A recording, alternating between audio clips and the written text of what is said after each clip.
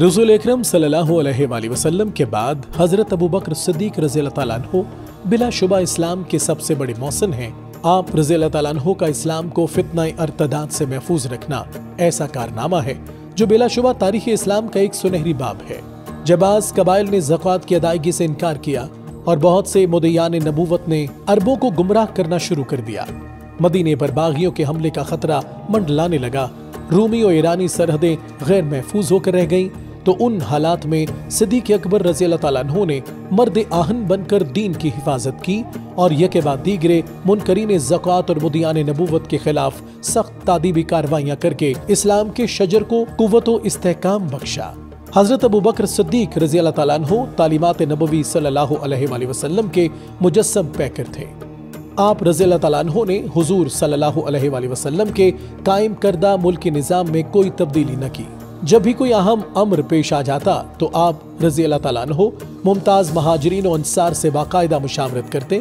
आप रज़ियल्लाहु ताला अन्हु ने मुल्की निज़ाम को बेहतर बनाने के लिए पूरी सल्तनत को मुतअद्दिद सूबों और जिलों में तकसीम कर दिया था। हर सूबे में एक आमिल गवर्नर मुकर्रर किया गया जिसके फराइज में इंतजामी अमूर के अलावा मुकद्दमात के फैसले, हुदूद शरिया का जारी करना और अकामत नमाज के काम शामिल थे। अलबत्ता दारुल खिलाफा में तकरीबन अक्सर शोबों के अलग अलग ओहदेदार मुकर्रर थे। मसलन हजरत अबू उबैदा रज़ियल्लाहु ताला अन्हु अफसर माल थे, हजरत उमर रज़ियल्लाहु ताला अन्हु काजी थे और हजरत उस्मान रज़ियल्लाहु ताला अन्हु और हजरत ज़ैद बिन साबित दरबार खिलाफत के कातिब थे। आमिलों और ओहदेदारों के इंतखाब में अबू बकर सिद्दीक रज़ियल्लाहु ताला अन्हु ने हमेशा उन लोगों को तरजीह दी जो ओहदे नबूवत में आमिल या ओहदेदार रह चुके थे।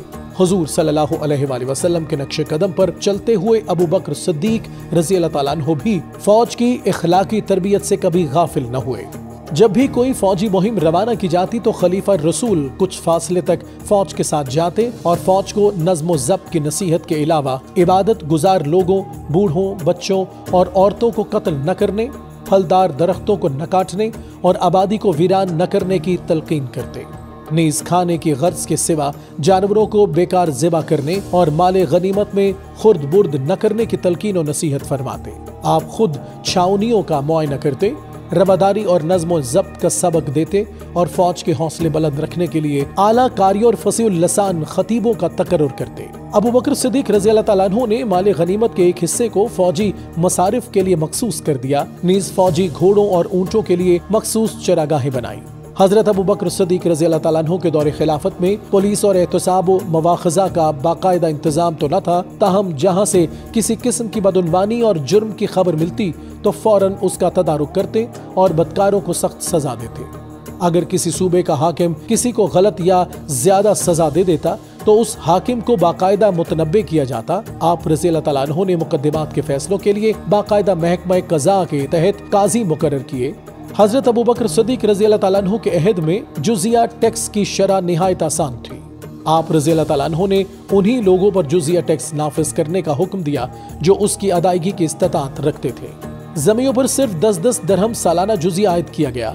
मुआहिदे में ये शर्त थी कि अगर कोई जमी बूढ़ा, अपाहिज और मुफलिस हो जाए तो जुज़िया से बरी कर दिया जाएगा, नीज बैतुल माल उसका कफील होगा।